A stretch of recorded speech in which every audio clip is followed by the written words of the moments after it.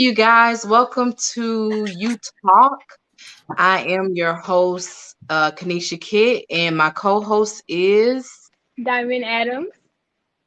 And today we're going to be interviewing Mr. James W. Means the fourth on real estate. And we're gonna have some questions for him. So, welcome to You Talk, everyone. Mr. James Means, do you want to introduce yourself and tell us a little bit about what you do? Sure.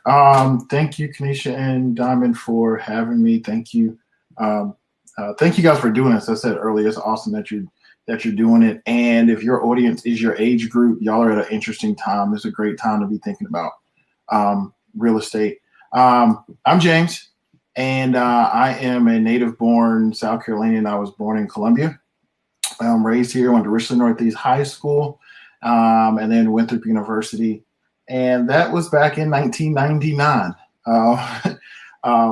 But came back after college, and I worked for small business for 13 years in the financial industry, and we arranged commercial projects for churches and small businesses and nonprofits. It was more or less commercial lending, and that kind of led me to real estate. The finance was there from the commercial finance end. And, if you're buying and doing stuff with commercial finance, real estate's involved.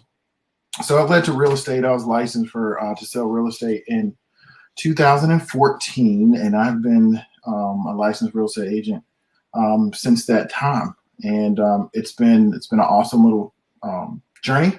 I feel it was a nice little step from me doing commercial finance into real estate. And so, altogether, it's almost 19 years that I've been doing finance and real estate since getting out of college. And then my major in college was finance, so I kind of feel right at home. But that's just a little bit about me. Company I'm with is called Excel Real Estate. Actually, a young lady that I went to college with, she's also from Columbia.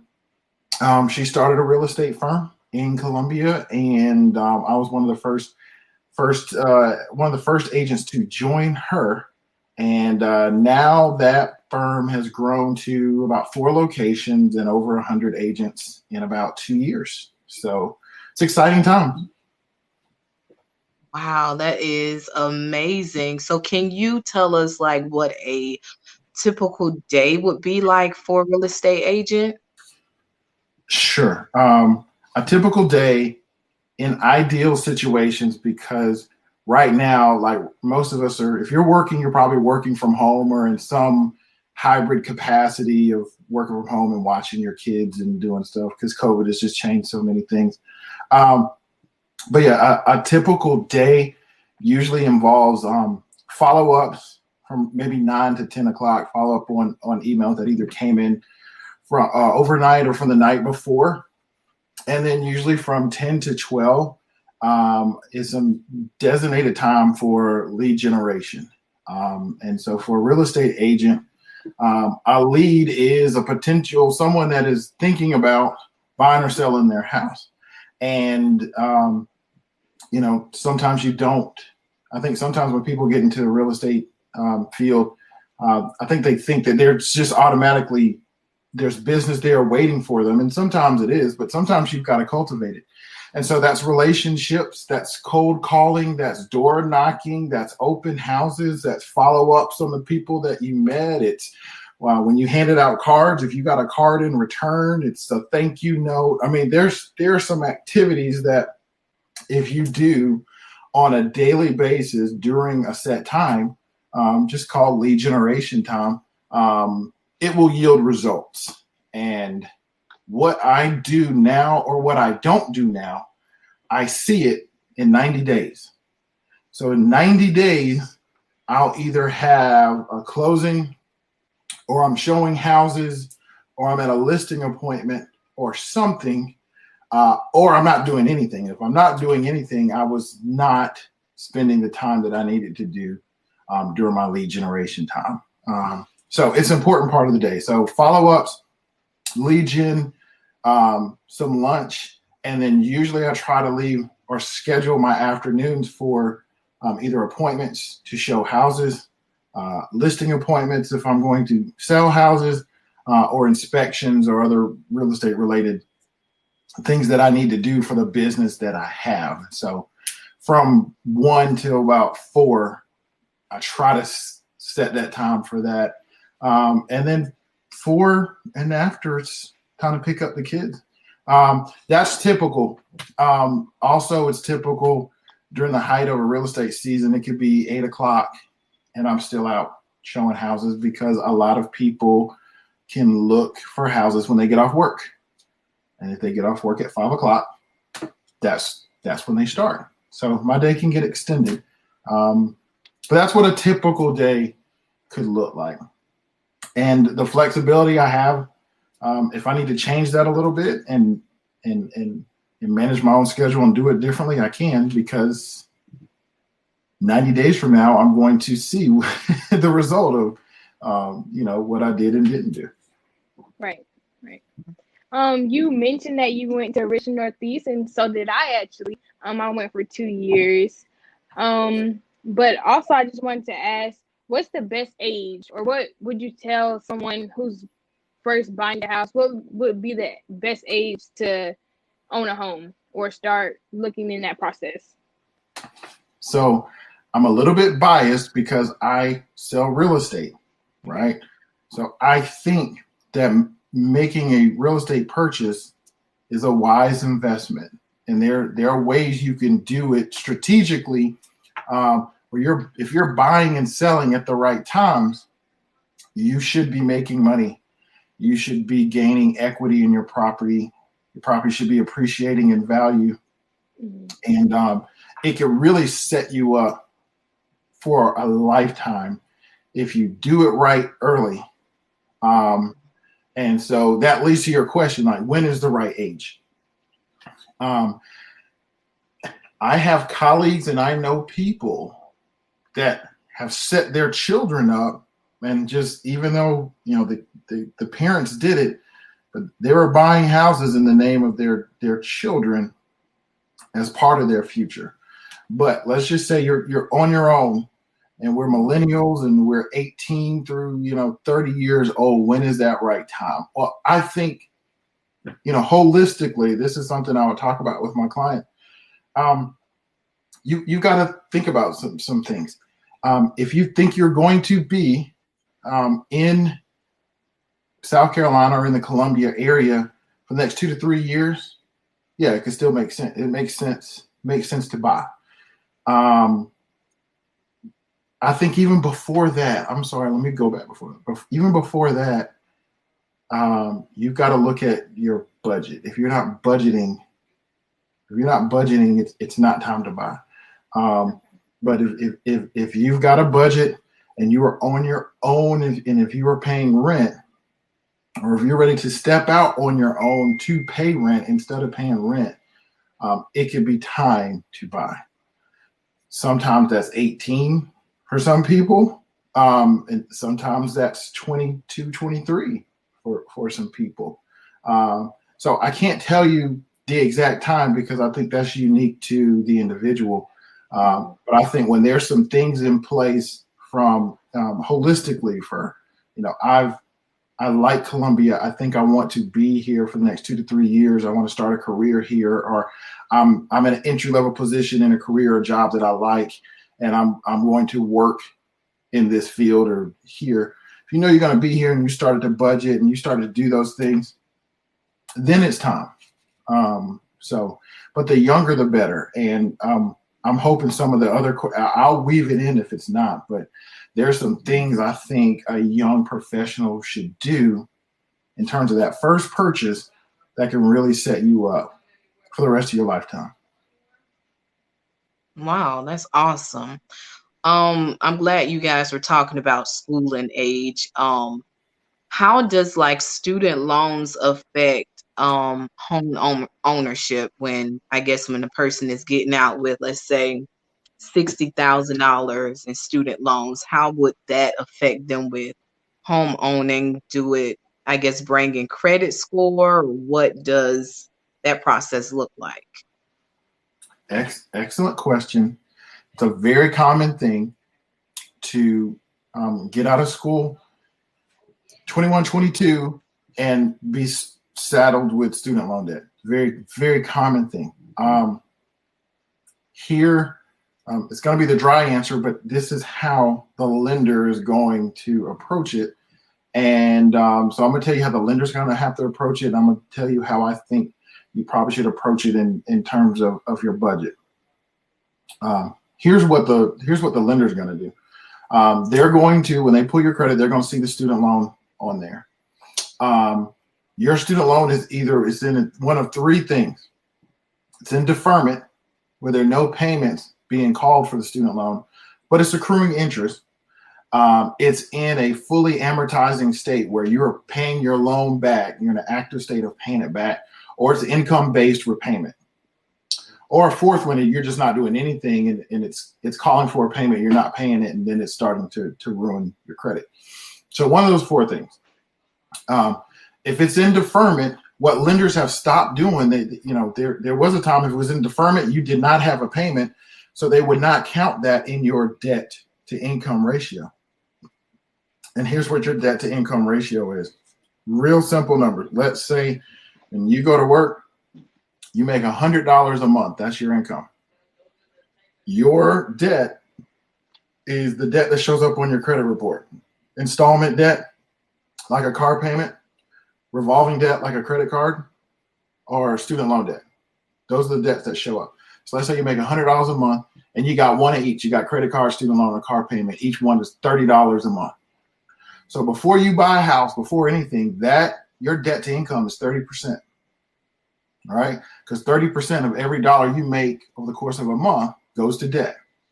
So what they do when you get ready to purchase a house, depending on the type of financing that you pick, the financing type that you pick has a debt to income cap, right? So if that cap is 42% and you're at 30, then they can only loan you another 12% of your monthly, only another 12% of your monthly income can go towards a house payment. Some of them have a 57% cap. So in that scenario, 27% of your monthly income can go towards a house payment. So that's actually how they determine how much of a house payment you can afford. It's not your credit score. It's not driven by your credit score. Your interest rate and how much it costs to, how much the money costs when you repay it, the interest rate is based on your credit score.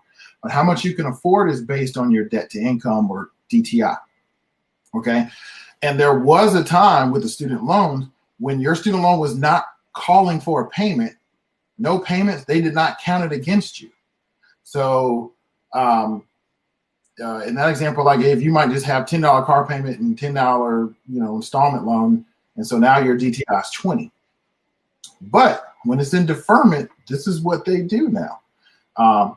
They will take, and I know it's getting kind of technical, usually if you have a government-backed loan, they'll take 1% of your student loan debt, and they'll say, even though you're not making a payment, we're going to factor in a 1% payment.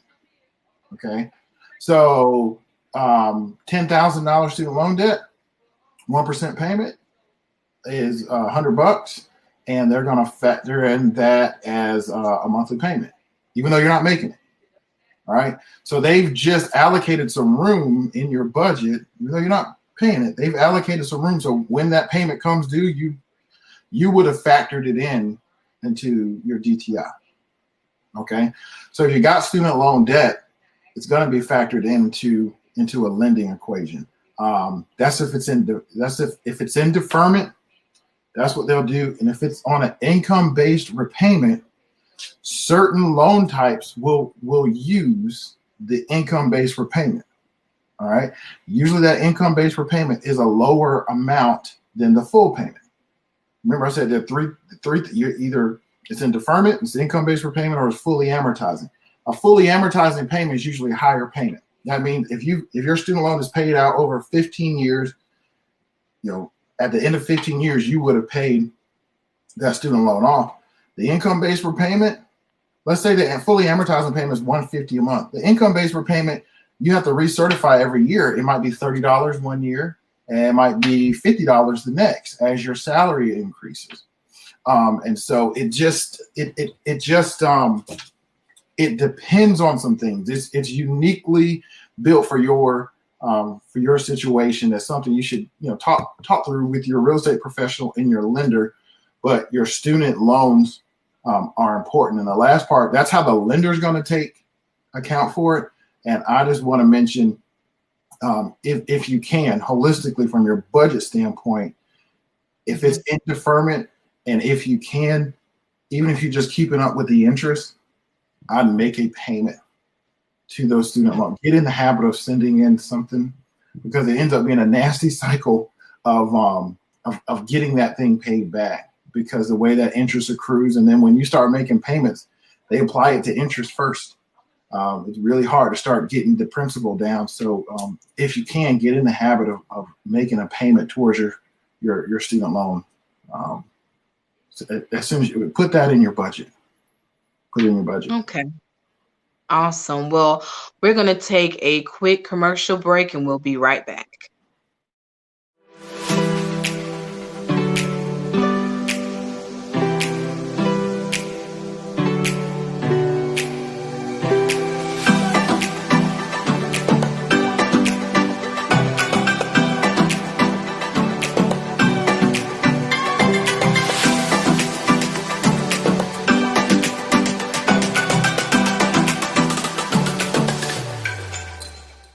All right, welcome back to You Talk with Us. We have Mr. James W. Means. He is a real estate agent, and he's been giving us some incredible information. He left off about the student loans and how it's factored into your mortgage payment. So, Diamond, we'll start, I guess, back with you with your next question. Okay.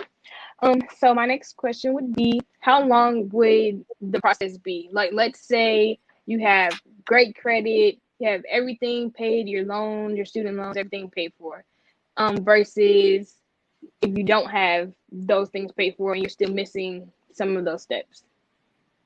Okay. So everything you budgeted, and you got good qualifying credit scores, and you're ready to go. How long would it take to find the house that you want, or from the point that you found the house, and when do I close? Is that kind of what you're looking for? Yes. That process is between 30 and 45 days. Okay. It's between 30 and 45 days. And the interesting thing right now in this market, markets drive what you're able to do and get done right now. Obviously, like you guys are buying a house, right? Well, right now we're in a seller's market. And here's what that means. Simply, the sellers are in the position of power. They've got leverage. Why is it a seller's market? Because the demand for housing is high and the inventory of available houses to sell is low. So supply and demand is coming into play, where there's not enough houses to keep up with the demand. So the houses that are available cost more. And the houses that are available, the people that want them, multiple people want the same house. So it just pushes the price higher and higher. And so because we're in a seller's market, there are things that could give you the advantage of trying to edge out one buyer over another. So if a seller wants to close quickly, sometimes you might be able to say, look, I can close in 30 days if that's going to help me get this house. Seller, when do you need to move? Are you buying another house? Do y'all close within the next 30 days? Can I close quicker to get this house? There may be some things you have to do to be competitive in a marketplace like this. But ordinarily, if things were normal, 30 to 45 days, if you were in a house, if you found your house, you could close. Okay. All right. So my next question would be, do you find more people going tiny versus like full home living? And if so, what would you suggest to that client if they want to do like a tiny house? Or do you guys deal with clients that do tiny homes? Like that's the tiny homes that are on HGTV. Like they make the shows about the Yeah. tiny homes. Yeah. Sometimes I think that South Carolina, we're a little bit behind the curve in terms of what's trendy, right? Uh-huh. Like stuff that you see in other parts of the country, you see it here a little bit later. Mm. And not to say we don't have any tiny homes. I have not encountered them. Okay. Doesn't mean that. I mean, to me, a tiny home is like 1,100 square foot home. But you're coming from another part. You're coming from the Northeast or Baltimore or New Jersey or something like that. 1,100 square feet is big.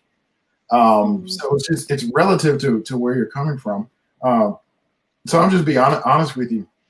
I've not had that much experience with tiny homes, but if they are on a piece of land and they are fixed to that land, they will sell, and the transaction should happen just like any other real estate transaction. So I don't know if that answers your question, but I mean, if I'm sure there's some, you may have to actually seek out. You have to be purposeful in seeking out a tiny home in South Carolina, just because we're just a little bit behind the trend in terms of what the rest of the country, or at least what you see on television. It's not exactly how you see on TV. You see a tiny home here, you're gonna be like, that's not like what HGTV had. Right. Yeah. Yeah. And I was only saying that because a lot of people look at it and say, okay, well, I only have to pay like $40,000 or $60,000 for a little home. I'll be done paying that like that versus a home that's $250,000. So that's why I was asking that question, investment wise. Yeah. I'll tell you this. That could be an opportunity for an entrepreneurial person within somebody that's watching this today. There's a need for that in Colombia. Okay. Now at the same time, you talk about $40,000 or $60,000. The entrepreneurial spirit is like, all right, I'm gonna build this. I need to make a profit so I can afford to pay for it and keep doing it. So those profit margins, I'd imagine they're probably pretty tight. I mean, you got to build it for like 20 or so, so you can sell it at 40 and still do it. But there could be some opportunity there. But you just got to think this. Everything is more. The market right now is just going. It's just going straight up. Right. Everything's more. The houses are more. The land is more. So either you're gonna build a tiny house and just worry about selling it to someone that is interested in the tiny house, and you find your own land once you buy my tiny house, or you got to buy the land that's now more expensive and put tiny houses on. And because you don't have the same amount of profit margin in a tiny house, you can make it hard to pay for the land that's costing more. But my only point is, I have not seen that in Colombia. That could be a niche that someone could tap into. Someone that's listening. Great question. That is true. Y'all ready to get on it. Yeah. But I do have to ask, since you are a real estate agent, did you look for your home, or did someone sell it to you, like another real estate agent? My first home was sold to me. Okay. I bought I think I was 26 or 7 when I bought my first home. So a real estate agent that's still my friend to this day, and my fraternity brother, he sold me my home. The second home that I bought, I was the agent. And it's funny, I look back on, we were moving, I found the closing information and stuff like that, and I look back through and I was like, I guess I did a pretty decent job, because you don't know, it happens so fast sometimes. You don't know what you're signing. I mean, I remember at the closing table and I was like, I don't know what he's talking about. I was just signing. But yeah, every subsequent home from this point on, I'll be my own agent. Okay. That's awesome. It is. How does the housing marketing look during this COVID season? Have you guys been selling a lot of homes? Has it gone down? Like, what does it look like? Excellent question. Um, it the market has gone crazy. Okay, and is really we thought COVID was going to slow everything down because just like I said earlier, the supply and demand problem that we've been having, where there's the demand is there, but the supply of houses is not there. We've had that problem for the last 3 years straight, and every year it gets a little bit worse, right? Like 3 years ago, we didn't have enough houses to keep up with the demand, but 2 years ago it was worse than 3 years ago, and then the year after that. So it gets worse. It's gotten worse every year. So we thought COVID would bring down the demand, and it did not. It exacerbated an already a problem that was already in the market. It's almost like people were, I don't want to be quarantined in the house that I'm at. Now, sometimes it was geographic. There, in dense cities like, New York City. New York City had an exodus of people that were living. I mean, you just got to think, it's so dense. There's so many people, and you're living in like townships, and they call it apartments, but people own them. There's not like a lot of single family like here. But somebody in your hallway walks by with COVID, it's just right there at your doorway.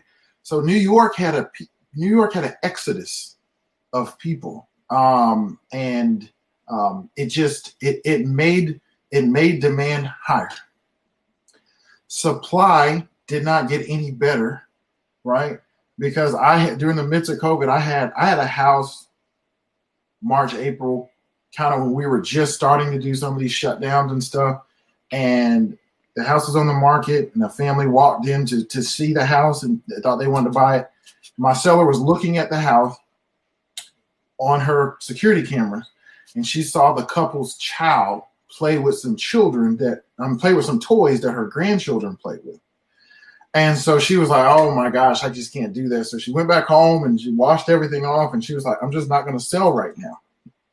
So you had people like that were in the market to sell their house, and COVID stopped them. So you got demand that increased, and the supply, if anything, supply hadn't kept up in the last 3 years, and COVID didn't help it. Right. So no, COVID did not slow it down. The market has been on fire for most of the year. And it's just been a very interesting dynamic, because there are parts of the economy, this COVID economy, there are people that, we went through 4 or 5 weeks when every week there was 1 million more people unemployed, businesses closing, restaurants closing. And so there are people just suffering because of this virus, because they could not go to work. So there are parts of this economy that were suffering, but there are also parts that are thriving. Real estate started thriving because people did not want to be where they were, right? So it's an interesting dynamic during periods where the economy just was at a standstill, and other things just took off like a rocket ship, and real estate is one of them. So the market is hot. It's not a great time to get a deal on your house in real estate because of the supply and demand aspect of it. It's not a great time to get a deal. Is it still a good time to buy? Yes, especially if you're renting a house, because when the prices go up on houses, rent tends to go up too. Okay. And I've not seen a scenario yet where the amount that you're paying in rent, if you were to buy that same house, your mortgage payment will be less than the rental payment. Okay. So it's still a good time, but you are buying in a hot time. You're buying in a market where prices are high. Prices are really high. Interest rates are really low, historic lows. So there's still reason to be in this market and to buy. As things calm down, if we had a regular market, we'd have a regular set of interest rates. I mean, it was nothing for rates to be in 4 and 5%. Now they're 2.5%, and that makes a major difference. So the market it's an incredible market, and it's an incredible dynamic. The dichotomy of this market, where you have extreme struggles by some people that have not been able to work, and they've only gotten a $1,200 assistance since March, right? And then areas that are just taken off. So, yeah. Well, we're going to end this session, but I want to thank you so much for coming on and to talking to every generation about home ownership.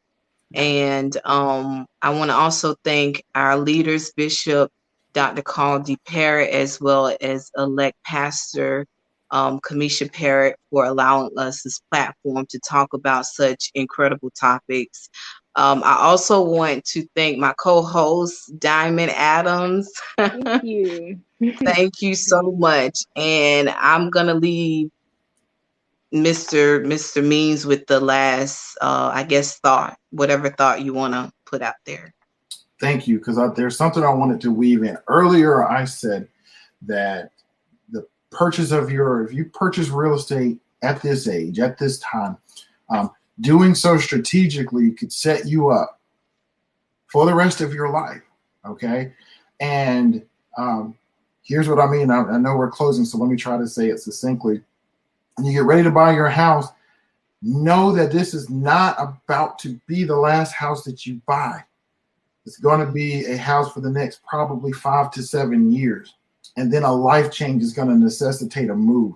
Going to be a job increase, a job move, your family growing. You might get married. You might have kids. 5 to 7 years, you're going to be doing something else. The strategic purchase for you, if you can stand it, it's something we can talk about. That first purchase is some kind of multifamily, like a duplex or a triplex or a quad, where you actually have, I'm not going to say them roommates, you can do that too, but if you buy something where you have other people paying your mortgage down, okay, then you can buy that just like you're buying a single family home. The down payment requirements are low, 3.5%. You can buy a 4-unit building and have 3 other tenants, and you can live in one, and the other 3 are rented out, and they will pay your mortgage, and you will have a residual every month. And then in the next year to year and a half, if you want to do something else, rent your unit out. Now all 4 units are paying you, right? And with that residual, you have enough for a down payment to go. Now, if you want to do your single family house, fine. Or you can do what you just did again. But there are incredible opportunities if you buy that first one right. If you just buy I did not buy my first one right. My first one was just a 3-bedroom, 2-bath with a single car garage, and it was just me living in it. But there were opportunities. I could have bought a duplex or a quad, right? Somebody else would have paid my mortgage. And when I'm in my 20s, I can deal with having some roommates or some loud noise or some banging on the wall. You're not going to want that when you're 35. Right. You're not going to want that. You may not want a roommate at 30, 35. That's a little real estate hack. You can buy a house and then charge someone to have a roommate, and they're paying part of your mortgage. But put it like this: if you get rid of debt, your earnings throughout your lifetime will be more than enough. You will be able to retire early because you don't have a debt burden, and you can choose to take this real estate as this is the house that I want, and I want to be comfortable, or do I want to make a strategic purchase, do it young, that's going to set me up And I encourage you to do the strategic purchase, especially now. That's the key. You do it young, you'll be set up for you'll be set up. Okay. So that's my last word. Thank you guys for having me. I've Thank enjoyed you it. for joining. Thank you so much. You're welcome. All righty. Well, that's it. We'll see you guys on the next go round on next U Talk. Y'all have a blessed night. Bye. Have a good night. Bye.